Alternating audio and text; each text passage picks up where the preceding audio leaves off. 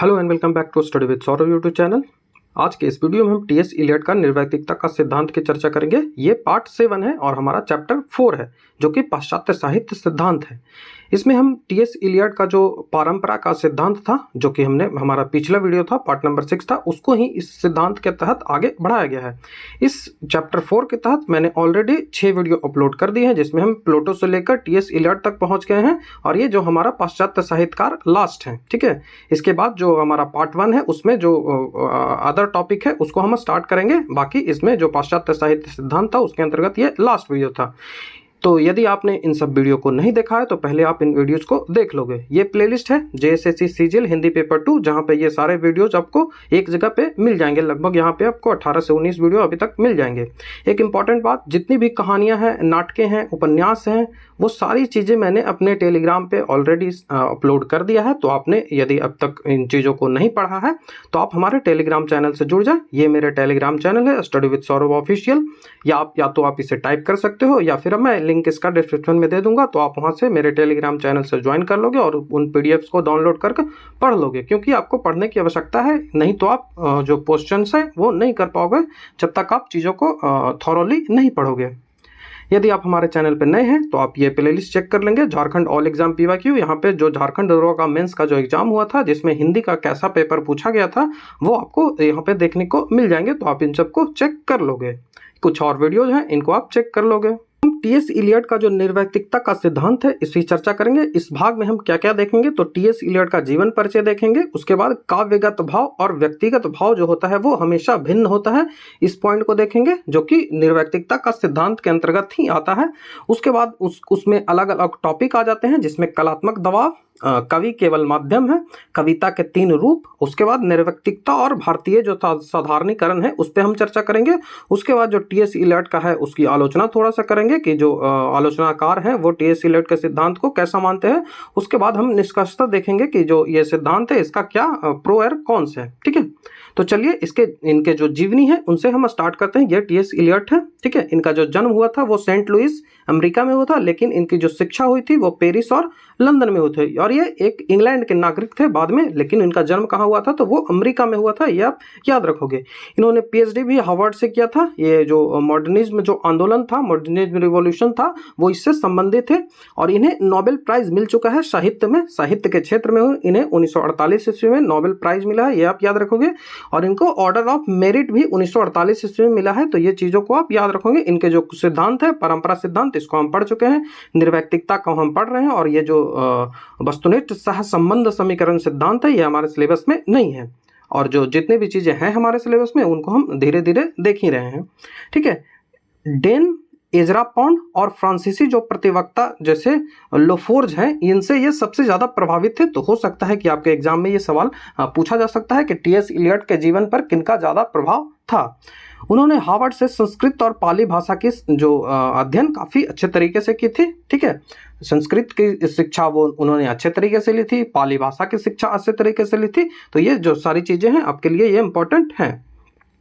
इनके द्वारा कुछ जो बुक्स हैं वो लिखी गई हैं, तो आपको बुक्स को याद रखना है। जैसे आलोचना के क्षेत्र में इन्होंने कई सारे निबंध लिखे, जिसमें ट्रेडिशन एंड इंडिविजुअल टैलेंट, आपको मैंने पिछली जो वीडियो था उसमें काफ़ी अच्छे तरीके से इसको एक्सप्लेन किया था।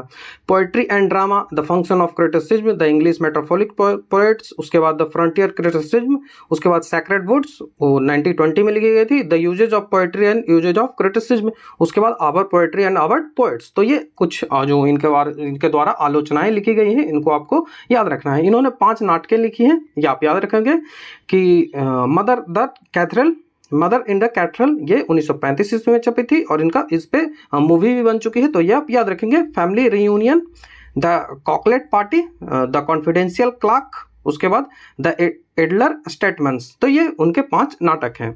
एक इंपॉर्टेंट बात आपको याद रखनी है कि इनका जो पहला काव्य संग्रह था, कलेक्शन ऑफ जो पोएम था, वो क्या था तो वो प्रूफुक्स एंड अदर ऑब्जर्वेशन। ठीक है, प्रूफुक्स एंड अदर ऑब्जर्वेशन, जो कि 1917 ईस्वी में छपा था। ये प्रकाशन आप याद रखिएगा, क्योंकि मैंने देखा है कि हर बार प्रीवियस ईयर में प्रकाशन वर्ष जरूर पूछे जाते हैं। इनका जो वास्तविक इनको ख्याति मिली थी, इनकी पॉपुलरिटी जो हुई थी वो द बेस्ट लैंड जो उनकी रचना थी उससे हुई थी। इनके और कुछ रचनाएं हैं जो यहाँ पे आपको दी गई है, तो इनको आप देख लोगे।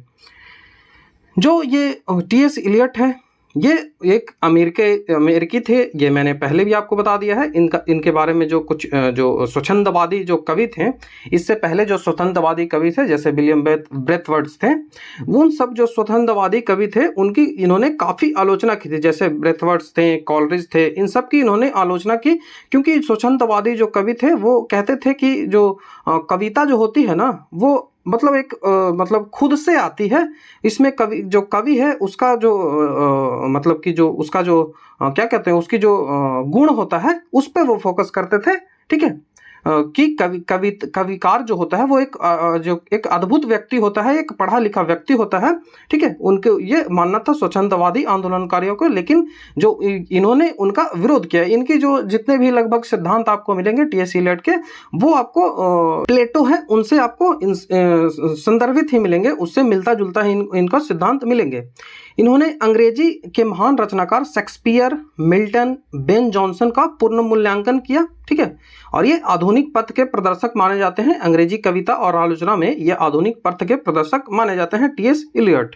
ठीक है, टीएस इलियट के परंपरा की परिकल्पना को इतना अधिक महत्व दिया गया कि जो ये साहित्यिक सिद्धांत का जो कई सारे जो साहित्यिक सिद्धांत है वो इसी मत पे निर्भर करते हैं। यदि साहित्य में परंपरा को स्थान दिया जाना चाहिए तो साहित्य में सब्जेक्टिव अर्थात कवि का व्यक्तित्व उपेक्षित हो जाता है और साहित्य का वस्तुनिष्ठ मतलब ऑब्जेक्टिव जो रूप होता है वही प्रमुख ठहरता है।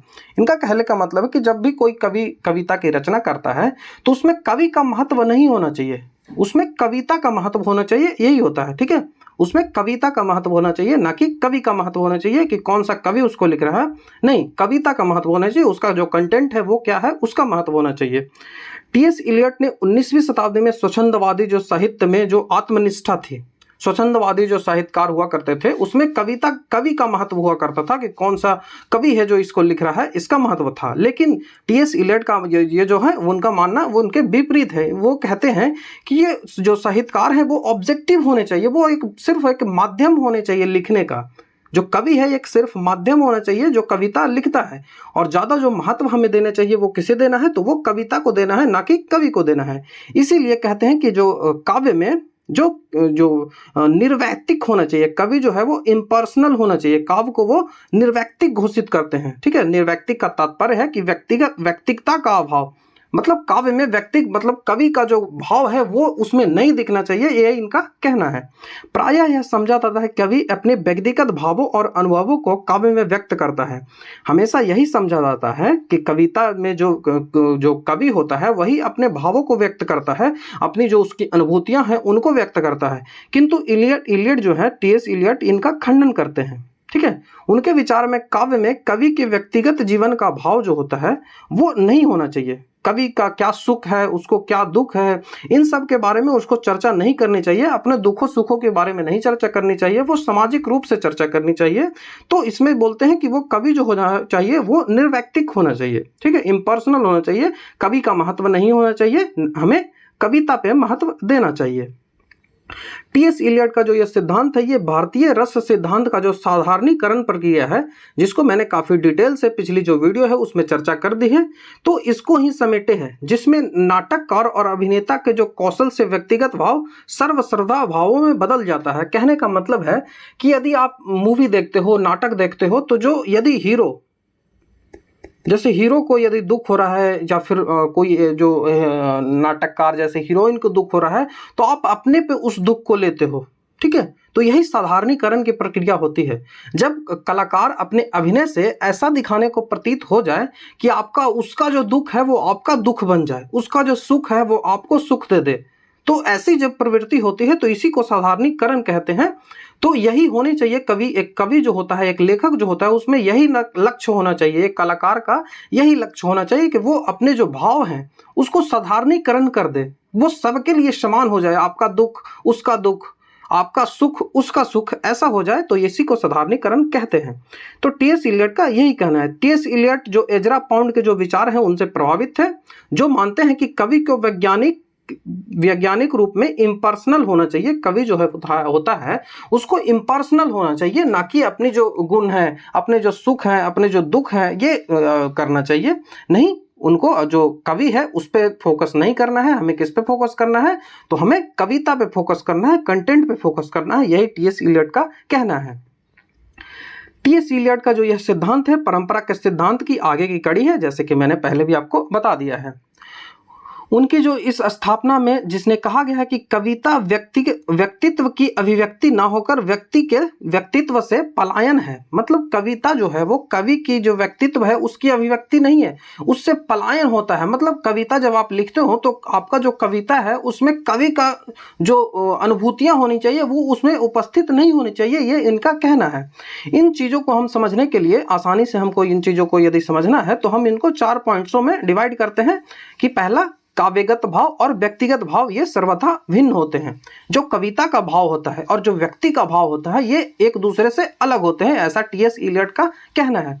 उसके बाद जो वो कहते हैं कि एक कलात्मक दबाव नाम की एक चीज होती है, कलात्मक दबाव नाम की एक चीज होती है, उसको वो मानते हैं कि यही जो सबसे बड़ी चीज है जिसके कारण कवि जो है वो रचना कर पाता है, कवि कविता लिख पाता है। वो एक दबाव महसूस करता है, वो अपनी जो अनुभूतियां होती है, उसके जो सुख होते हैं, उसके जो दुख होते हैं, इनके कारण वो एक दबाव महसूस करता है और इसके चलते ही वो ये रचना करता है, जिसके कारण उसकी रचनाएं होती है और वो कवि जो होता है वो फिर से अपने आप को एक मतलब फ्री महसूस कर पाता है। तो ये कलात्मक दबाव से वो छुटकारा पा लेता है। कवि केवल माध्यम है, वो आगे कहते हैं कि कविता जो है उसमें कवि केवल एक माध्यम है, उसके द्वारा बस कविता लिखी जाती है बस, ठीक है, और उसका कोई कर्तव्य या काम नहीं है।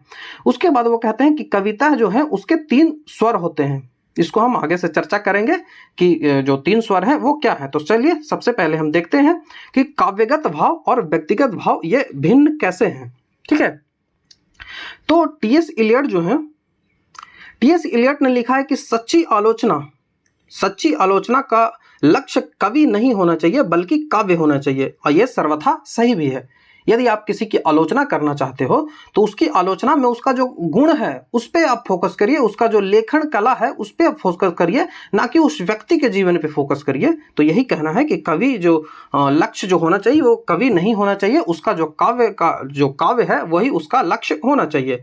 काव्य और कवि का व्यक्तित्व दोनों भिन्न होता है, ठीक है। काव्यगत भाव और व्यक्तिगत भाव एक नहीं हो सकते हैं, यही टी एस इलियट का कहना है। इससे स्पष्ट करने के लिए इलियट एक उदाहरण देते हैं, ठीक है। इसको स्पष्ट करने के लिए इलियट एक उदाहरण देते हैं। वो कहते हैं कि ऑक्सीजन और सल्फर डाइऑक्साइड ये दोनों मौजूद हों और उसमें एक प्लेटिनम का तार रख दीजिए तो एक रासायनिक अभिक्रिया होगी, ठीक है, एक रासायनिक अभिक्रिया होगी जिसके फलस्वरूप सल्फ्यूरिक एसिड बनेगा। तो इस जो प्रक्रिया हुई, ये जो अभिक्रिया हुई, इसमें क्या देखने को आपको मिला? तो ये जो अभिक्रिया हुई इसमें आप देखेंगे कि प्लेटिनम का तार है ये अपवर्तित रहता है, इस पे कोई प्रभाव नहीं पड़ता है। वो जैसी अवस्था में पहले था वैसे ही अवस्था में आज भी है, ठीक है, उस पर कोई प्रभाव नहीं होता है। तो वह बिल्कुल तटस्थ होता है, निष्क्रिय होता है तथा अपवर्तित रहता है।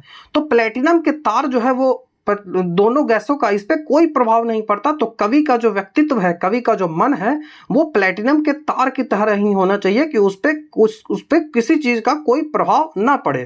रचना करते समय प्लेटिनम की तार की तरह कवि का मन निष्क्रिय और तटस्थ होना चाहिए, ना कि वो अपने भावों को उसमें व्यक्त कर दे, अपने जो गुण है, अपने जो सुख है, अपने जो दुख है उनको व्यक्त कर दे कविता में। तो ऐसा नहीं होना चाहिए। उसी उदाहरण को मैंने जो केमिस्ट्री है उसके रूप में मैंने दिखा दिया है कि सल्फर डाइऑक्साइड है, ठीक है, सल्फर डाइऑक्साइड है, उसको ऑक्सीजन से जब रिएक्शन करवा रहे हैं कैटलिस्ट के रूप में, वहां पे प्लेटिनम है। कैटलिस्ट मतलब उत्प्रेरक उसको बोलते हैं। जो रिएक्शन जो होता है, केमिकल रिएक्शन है, उसके जो स्पीड को इंक्रीज कर देता है उसे कैटलिस्ट बोलते हैं। तो इसके द्वारा सल्फर डाइऑक्साइड का निर्माण होता है। तो इसमें जो प्लेटिनम है उस पर कोई प्रभाव नहीं पड़ता है। प्लेटिनम जो है वो रिमेन्स अनचेंज्ड होता है, इस पर कोई प्रभाव नहीं पड़ता है। तो ये जो प्लेटिनम है वही कविता है, कवि है। प्लेटिनम जो है वो कवि है, और जो उसके बाद जो उसका जो कवि जो रचनाएं हैं वो सल्फर डाइऑक्साइड हो सकते हैं। सल्फर डाइऑक्साइड होता है तो क्या है, कई चीजों को मिलकर एक नया चीज बन सकता है। लेकिन प्लेटिनम जो होता है, कवि जो है, ये जो प्लेटिनम है ये कवि है, तो इस पे कोई प्रभाव नहीं पड़ना चाहिए, ठीक है। दोनों गैसों हैं, यहाँ पे देख सकते हैं कि जो सल्फर है ऑक्सीजन है उसका प्लेटिनम पे कोई प्रभाव नहीं पड़ा। तो इसी तरह से जो कवि है उस पे उसका कोई प्रभाव नहीं पड़ना चाहिए। तो इस उदाहरण से आपने समझ लिया कि निर्व्यक्तिक किसको कहना चाहते हैं, ठीक है। ये जो कविगत भाव है, ये जो मैंने आपको दिखाया यहाँ पे आप देख सकते हो कि जो व्यक्तिगत भाव है और जो काव्यगत भाव है, ये दोनों डिफरेंस है। तो इस एग्जाम्पल से हमने इसको समझ लिया है। आगे कहते हैं कि जो काव्यगत सृजन की प्रक्रिया में कवि का जो व्यक्तित्व है वो सर्वथा निष्क्रिय रहता है। वही चीज़ों को मैंने यहाँ पे लिखकर एक्सप्लेन कर दिया है। कवि की अनुभूतियाँ जो है वो काव्य में व्यक्त हो जाती है, किंतु उसे पता नहीं चलता। ऐसी स्थिति में कविता जो है वो निजी या व्यक्तिगत भावों का प्रकाशन न होकर उससे पलायन होती है और इसे ही निर्व्यक्तिकता कहते हैं। ठीक है, इससे ही सिद्ध होता है कि वो जो कवि है वो निर्व्यक्तिक है। ये मैंने काफ़ी अच्छे से आपको एक्सप्लेन किया है। काव्य में जो कवि का निजी भावों है उसकी अभिव्यक्ति नहीं होनी चाहिए, तभी वो कविता अच्छी मानी जाएगी। टी.एस. इलियट के विचार में यदि कोई कवि अपने कविता में अपने दुख, अपने दर्द, अपने जो सुख है उसको यदि अभिव्यक्त वो करता है तो वो एक उसका जो महान उद्देश्य है वो गिर जाएगा। ठीक है, वो उसका महान उद्देश्य नहीं रह पाएगा, उसकी जो कविता है वो उतनी नहीं प्रसिद्ध हो पाएगी। ठीक है, इलियट का यह स्पष्ट मत है कि काव्य में व्यक्तिगत भाव जो है वो निर्व्यक्तिक होना चाहिए, उसमें इम्पर्सनल होना चाहिए। और कवि का जो रचना के प्रति जब जो अपना जो समर्पण है वो यदि नहीं कर पाते हैं तब तक वो निर्व्यक्तिक नहीं हो सकता है। इलियट के विचार में जो कवि है वो कविता लिखता नहीं है, वरन कविता जो है वो स्वयं कवि के माध्यम से प्रकट होती है। यह विचार प्लेटो से प्रभावित है। यदि आपने मेरे प्लेटो का जो सिद्धांत है, अनुकरण का सिद्धांत, उसको आपने देखा होगा तो आप भली भांति इस चीज़ों को समझ रहे होगे। यदि आपने उन वीडियोज़ को नहीं देखा तो सबसे पहले आप जाकर प्लेलिस्ट चेक करोगे, मैं लिंक डिस्क्रिप्शन में दे दूंगा। तो जो प्लेटो कहते थे कि जो अनुकरण का सिद्धांत है जिसमें म्यूज हुआ करती थी, जैसे हम लोग माँ सरस्वती को मानते हैं ना, उसी तरह से वो मानते हैं कि एक जो रोमन कैथोलिक जो लोग थे उनके लिए एक म्यूज देवी हुआ करती थी जो कि रचना की देवी थी, कविता की रचना करवाती थी। तो उसी तरह से जैसे हम लोग के लिए सरस्वती माँ है उसी तरह से उनके म्यूज थे। तो यही वो कहते हैं कि जो टी.एस. इलियट का जो भाव है वो प्लेटो से ही प्रभावित था। ठीक है, निष्कर्ष यह है कि काव्यगत भाव और जो कविता का भाव होता है और जो व्यक्ति का भाव होता है वो दोनों अलग अलग होते हैं। यही इससे सिद्ध होता है। दबाव है। कलात्मक दबाव क्या होता है? तो कलात्मक दबाव टी.एस. इलियट कहते हैं कि जो कवि है उसमें उसके अंदर उनकी जो मन है उसके अंदर एक सुख एक दुख होता है, उसकी जो अनुभूतियां होती हैं उसको ही यदि वो लिख देता है तो उसका जो सुख है वो दुख है वो कम हो जाता है। तो इसके ही वो कलात्मक दबाव मानते हैं। टी.एस. इलियट काव्य और कला में आत्मविनाशकारी सिद्धांत की स्थापना करते हैं। आत्मविनाशकारी सिद्धांत का कहने का अर्थ है कि जब वो कवि जो है वो कला की रचना करे तो उसमें अपना जो भाव है उसको नहीं उसे आना चाहिए, अपना जो भाव है उसे नहीं आना चाहिए। यही जो आत्मविनाशीकरण है इसका यही मतलब है, ना कि अपने आप को खत्म कर लेना। ऐसा नहीं है, जब आप कविता रचना करते हो तो उसमें आपका जो भाव है वो नहीं आना चाहिए, ये इनका कहना है, जो कि असंभव है। बाकी हम आलोचना इनकी करेंगे तो आप देखेंगे। काव्य रचना में कवि का व्यक्तित्व कोई महत्व नहीं रखता। यही जो अविनाशीकरण है, जब आप काव्य रचना करें तो अपना व्यक्तित्व को प्रदर्शित ना करें, अपना व्यक्तित्व को न दिखाएं, तभी आप एक अच्छे रचनाकार माने जाएंगे। किंतु कवि के व्यक्तित्व के अभाव में काव्य रचना कैसे संभव है? यदि कवि का व्यक्तित्व ही अलग हो जाए तो आप कैसे जो काव्य रचना कर सकते हैं? तो टी.एस. इलियट इसका उत्तर कैसे देते हैं? तो वो कहते हैं कि यद्यपि काव्य सृजन में कवि के व्यक्तित्व का कोई स्थान नहीं होता है, कोई हाथ नहीं होता है, किंतु कवि के मन में जो अनिगत भाव होता है, उसकी जो अनुभूतियां होती है, उसमें कई सारे बिंब होते हैं, कई सारे प्रतिबिंब होते हैं, ये जो कई सारे उपस्थितियां उनके फीलिंग्स होते हैं, उसके इमोशंस जो होते हैं, वही के कारण वो कलात्मक दबाव अनुभव करता है। जो उसके मन है उसमें आर्टिस्टिक प्रेशर उत्पन्न होता है, जिसके कारण ही उसे जो कवि है वो उसको काव्य रचना करनी पड़ती है। तक काव्य रचना की प्रक्रिया में कलात्मक दबाव का महत्व है, ना कि कवि की अनुभूतियों और उनकी संवेदनाओं का। ये टी.एस. इलियट का कहना है, जिनसे आगे चलकर उन्होंने खुद ही मुंह मोड़ लिया था। ठीक है, खुद ही इन जो चीजें हैं उनको इन्होंने नकार दिया था। किंतु यह कलात्मक दबाव क्या है, इसका उत्तर इलियट ने अभी तक नहीं दिया था। कभी भी उनका उत्तर स्पष्ट रूप से वो देने में असक्षम थे। ठीक है, तात्पर्य यह है कि कवि के मन में अनगिनत भाव भरे होते हैं। जब तक कि वे भाव व्यक्त नहीं हो जाते तब तक वे वही बने रहते हैं, उसके मन में ही बने रहते हैं। कविता जो होता है वो कवि के मन में बने रहते हैं। काव्य रचना के समय सभी भाव अपने वास्तविक रूप को छोड़कर नए रूप में व्यक्त हो जाते हैं। वे सभी भाव जो होते हैं वो कलात्मक दबाव के कारण घुल मिलकर एक हो जाते हैं और इसी तरह से जो है वो काव्य की रचना हो जाती है। ठीक है, जैसे आप उदाहरण स्वरूप देख सकते हैं कि चटनी में नमक होता है, मिर्च होता है, टमाटर होता है, धनिया होता है, कई सारे पदार्थों से वो मिलकर बना होता है। इसमें एक चीज का आपको गुण नहीं मिलेगा, जो उसका जो स्वाद होता है, जो चटनी का स्वाद होता है, वो सभी पदार्थों से अलग हो जाता है। तो यही वो कहना चाहते हैं कि ये जो कलात्मक दबाव होता है वो इसी कारण होता है। ठीक है, इस प्रकार कवि के जो भाव हैं, बिंब हैं, विचार हैं, सभी आदि कवि के व्यक्तित्व होते हैं और वो निजी होते हैं, किंतु जब वे कविता के रूप में परिणत हो जाते हैं तो वो कवि के व्यक्तित्व भाव नहीं रहते हैं, वे भाव कवि के न होकर सर्वसाधारण हो जाते हैं। ये साधारणीकरण की बात कर रहे हैं, वो सबके भाव बन जाते हैं जब कविता में उनको कवि व्यक्त कर देता है। तो कवि उन भावों से भार मुक्त हो जाता है और कवि के अपने निजी जीवन है वो उससे बहुत दूर चला जाता है। ठीक है, आप समझ रहे होंगे। टी.एस. इलियट ने लिखा है कि कविता के माध्यम से हम भावों की अभिव्यक्ति नहीं करते, अपितु उससे मुक्ति प्राप्त करते हैं। जो कविता रचना करता है लेखक, तो उसमें वो अपने भाव को अभिव्यक्त नहीं करता है, वो अपने भावों से दूर चला जाता है, ये इनका कहना है। उससे वो पलायन करता है। भाव ही नहीं, कविता के माध्यम से कवि अपना जो व्यक्तित्व जीवन है उसकी सीमाओं से भी वो मुक्त हो जाता है।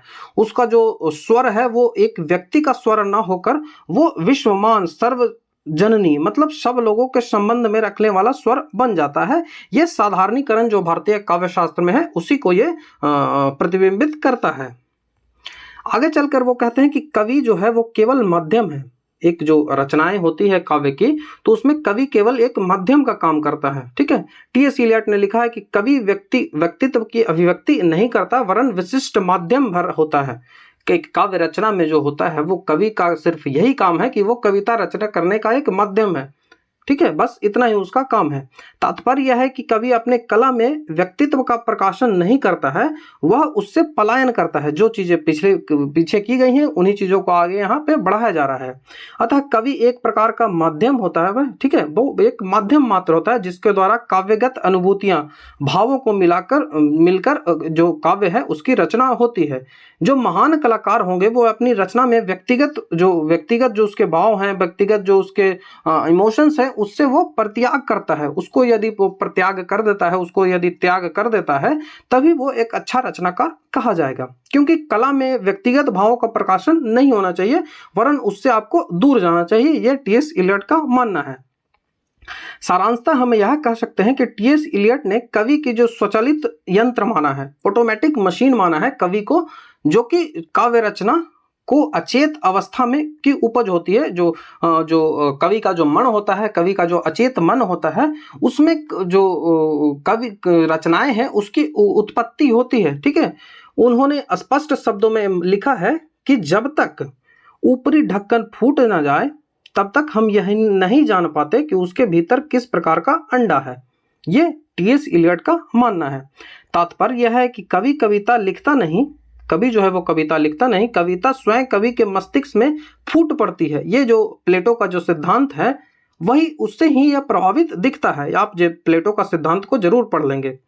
कवि मात्र माध्यम है। कविता पूरी हो जाने पर कवि को असहाय भार से एकाएक मुक्ति मिल जाती है। जो कविता रचना है तो उसके जो मन में अनुभूतियां होती हैं, मन के उसके भाव होते हैं, उनसे उनको छुटकारा मिल जाता है जब उनको वो काव्य के रूप में रचना कर देता है। इस प्रसंग में यह भी कहा जाता है कि कवि के मन में स्थित भावों का महत्व नहीं है, वरन कला की जो प्रक्रिया है अर्थात कलात्मक जो दबाव है वही इंपॉर्टेंट होता है, जिसके कारण एक मिश्रण तैयार होता है। और एजरा जो पॉन्ड है उन्होंने भी यही बात कही है, यही बात को उन्होंने माना है। आगे चलकर कविता के 3 स्वर हैं। कविता के जो 3 स्वर हैं ये इसका कहने का अर्थ है। तो इसमें सबसे पहले आप याद रखोगे कि कविता का स्वर तो 3 है। ये 1953 ईस्वी में एक काव्य का जो 3 स्वर है उसका एक भाषण इलियट ने दिया था। उसमें ही इस चीजों को कहा था कि काव्य के 3 स्वर हैं। प्रथम स्वर जो होता है जिसमें कवि दूसरों से नहीं स्वयं से बात करता है। एक ऐसी काव्य रचना जिसमें कवि जो है वो स्वयं से बात करता है कविताओं में, तो उसे ही प्रथम स्वर कहा जाता है। इस प्रकार के जो स्वर में कवि का जो प्रमुख लक्ष्य होता है वो समर्पण होता है, अर्थात जो दूसरों तक अपना भाव और विचार को पहुंचाना नहीं रहता है। ऐसी रचनाएं लिखित या प्रतिगत काव्य हैं।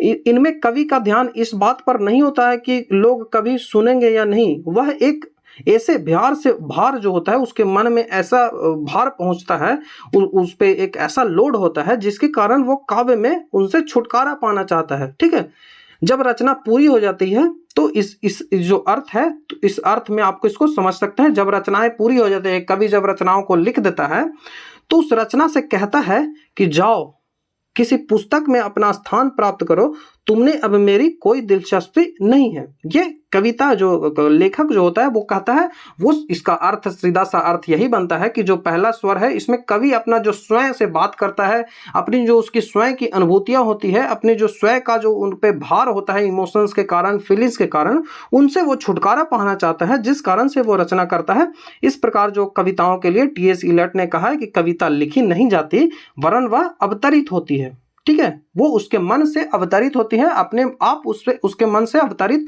हो जाती है। ऐसी दशा में कवि जो होता है वो केवल माध्यम होता है, और कवि की रचना वो नहीं करता है, कला की रचना वो नहीं करता है।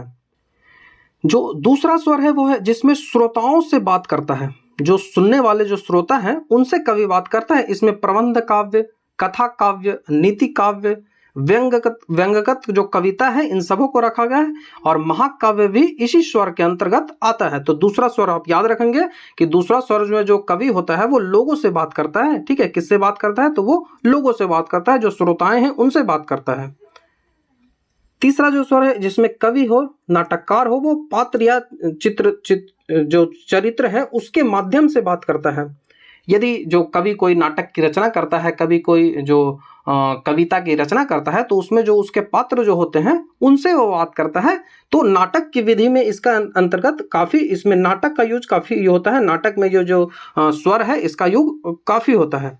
एक इंपॉर्टेंट बात आपको यहाँ पे याद रखना है कि उपयुक्त विवेचन से यह स्पष्ट होता है कि दूसरा और तीसरा जो स्वर है उसमें कविता स्वतः अवतरित नहीं होती है। ठीक है, इसमें जो कवि है उसको प्रयास करना पड़ता है। ठीक है, इसमें कवि को पूर्ण सजग रहता है, इसमें वह अपने व्यक्तिगत जो भाव है उससे पलायन वो नहीं कर सकता। लेकिन जो पहला भाव है जिसमें वह खुद से बात करता है, जिसमें वह स्वयं से बात करता है, अपनी अनुभूतियों से बात करता है, वो उसमें उसका पलायन हो जाता है। उसमें कविता जो होता है वो कवि एक सिर्फ माध्यम रहता है। लेकिन दूसरा और तीसरा जो स्वर है उसमें वो माध्यम नहीं रहता। ठीक है, उसमें उसको मेहनत करनी पड़ती है।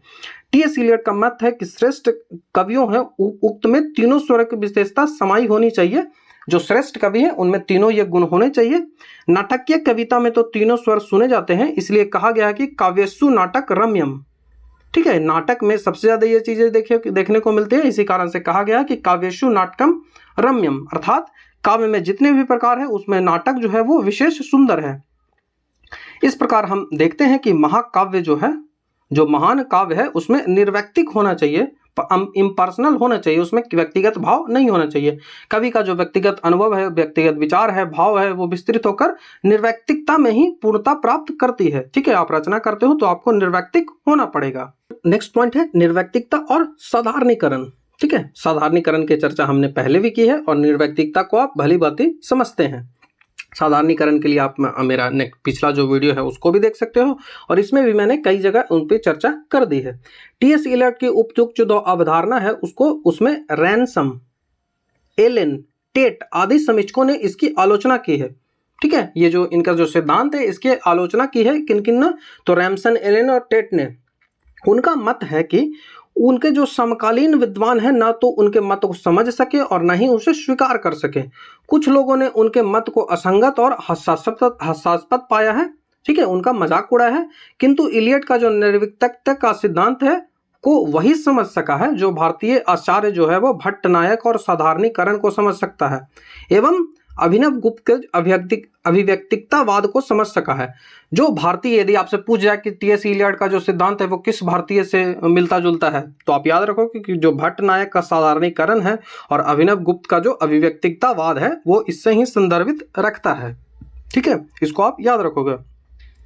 वास्तव में भारतीय रस सिद्धांत के अंतर्गत साधारणीकरण की स्थिति वही है जो कि निर्वैयक्तिकता पाश्चात्य सिद्धांत के अंतर्गत आता है। दोनों वो मिलते जुलते ही होते हैं।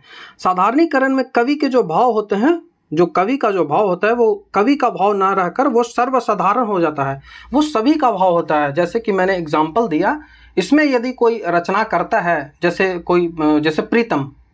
प्रीतम रचनाएं करती हैं, जैसे प्रीतम ने रचना की कोई गाने की, उसको अरिजीत सिंह ने गाया, तो वो आपका भाव होगा। ठीक है, वो कोई गाना जो होगा वो उसका भाव नहीं रहकर वो सर्वसाधारण भाव हो जाएगा।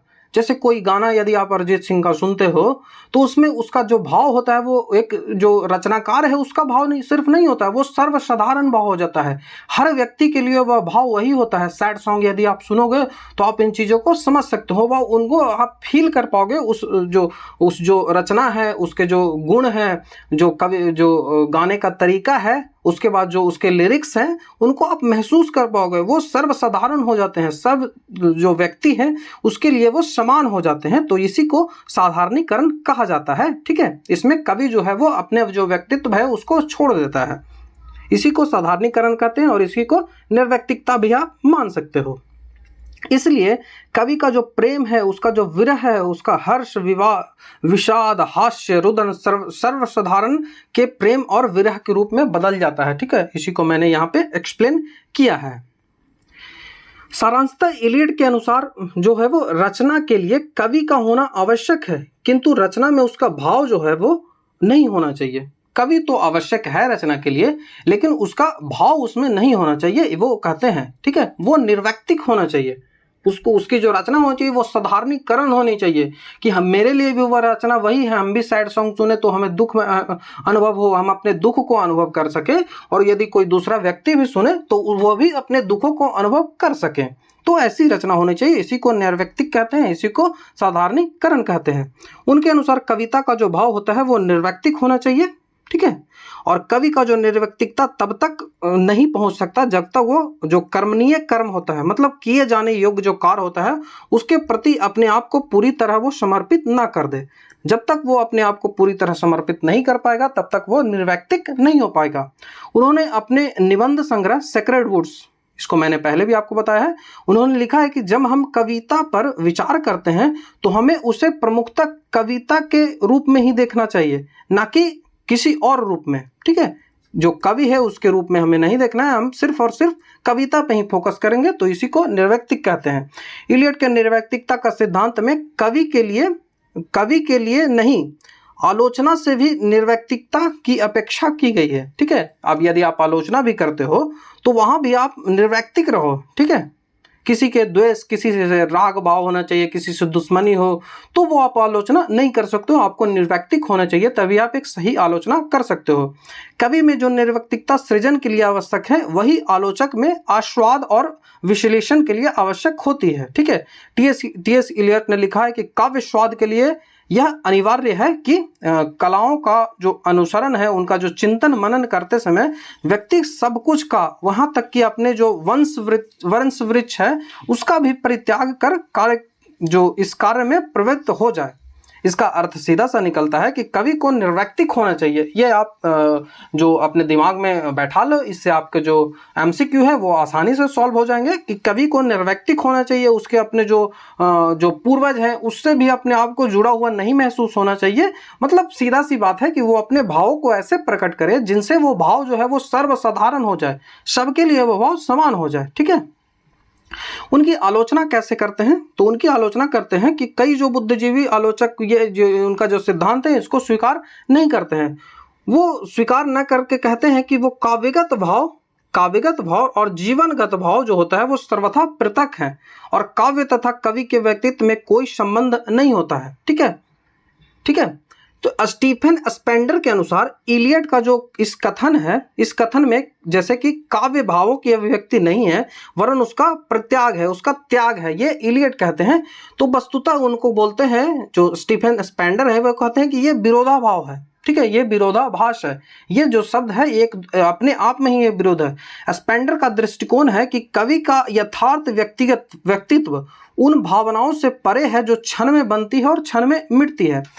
जो कहते हैं कि काव्य का जो भाव है और जो उसका अभिव्यक्ति नहीं है, मतलब कविता का जो भाव है उसकी अभिव्यक्ति नहीं है, ये कहते हैं वो। तो ये तो अपने आप में ही इसमें विरोधाभास है, क्योंकि यदि जो कवि है उसका कोई यदि भाव है तो यदि वो उनको लिख देता है तो वो उसका ही तो भाव है। वो अपने भाव से क्यों परित्याग किया? वो तो सिर्फ अपने लिए परित्याग किया, लेकिन उसकी रचनाओं में तो उसका भाव दिख ही रहा है। तो ये तो अपने आप में ही विरोधाभास है। तो यही स्पेंडर कहते हैं कि ये अपने आप में ही विरोधाभास है कि कवि को भाव जो है वो कवि की अभिव्यक्ति नहीं होते वरन उसका परित्याग होता है। परित्याग तो वो अपने खुद के लिए कर रहा है, लेकिन जो उसकी भावनाएं हैं वही तो उनकी तो वो रचना कर रहा है। रचना किसकी कर रहा है? अपनी भावना को। तो वो अपनी भावनाओं से कहाँ मुक्त हुआ? अब वो अपने लिए तो मुक्त हो गया, लेकिन जो रचना है उसमें तो उसका भाव ही आया। तो ये जो कथन है ये विरोधाभास है। ठीक है, इलियट जो है उसके निर्वैयक्तिकता का दृष्टिकोण समय के साथ स्वतः शिथिल हो गया था। जैसे कि मैंने पहले भी आपको बताया था कि वो धीरे धीरे चलकर खुद भी हम स्वीकार करने लगे थे कि उनकी जो सिद्धांत है उसमें गड़बड़ी है। आलोचना के सिद्धांत में भी उन्होंने क्रमशः कहा कि व्यक्ति का महत्व स्वीकार किया। ठीक है, वो कहें कि व्यक्तित्व जो होता है वो कवि का, उसको उन्होंने स्वीकार किया। द यूज ऑफ पोएट्री में उन्होंने यह महसूस किया कि अपने व्यक्तित्व का अतिक्रमण न तो कवि के लिए संभव है और न ही आलोचक के लिए। जो कवि है उसका अपने व्यक्तित्व, उसका जो भाव है, उसका जो व्यक्तित्व है, उससे वो अतिक्रमण नहीं कर सकता, उससे वो ऊपर नहीं उठ सकता। यदि कोई रचना कवि कर रहा है तो उसके भाव उसमें आएंगे ही। ठीक है, और इसको आगे चलकर जो इलियट है उन्होंने माना भी। इलियट की आपत्ति रचना में निपट व्यक्तिगत अभिव्यक्ति से संबंधित था, मतलब उसमें व्यक्तिगत भाव नहीं आना चाहिए, ये उनका कहना था। व्यक्तिगता से उनकी सीमा तक समर्थन करते हैं। एक सीमा जो होता है व्यक्तित्व की होनी चाहिए, ना कि आप अपने ही सुख दुख को देने लगे तो उस काव्य का महत्व नहीं रह जाता। लेकिन अपना जो गुण है वो तो आप दे नहीं गए, अपने जो उनका भाव है वो देंगे। लेकिन यदि आपने ज्यादा भाव अपना दे दिया, अब ऐसी कविता आपने लिख दी जिसमें आपके सिर्फ आपके ही भाव नजर आ रहे हैं, तो वैसी नहीं, ठीक है, वैसी रचनाओं को वो नहीं मानते हैं। यहाँ तक कि निर्वैयक्तिकता का ग्रहण अभिव्यक्ति की प्रयत्नशीलता होती है, ये टी.एस. इलियट ने कहा है।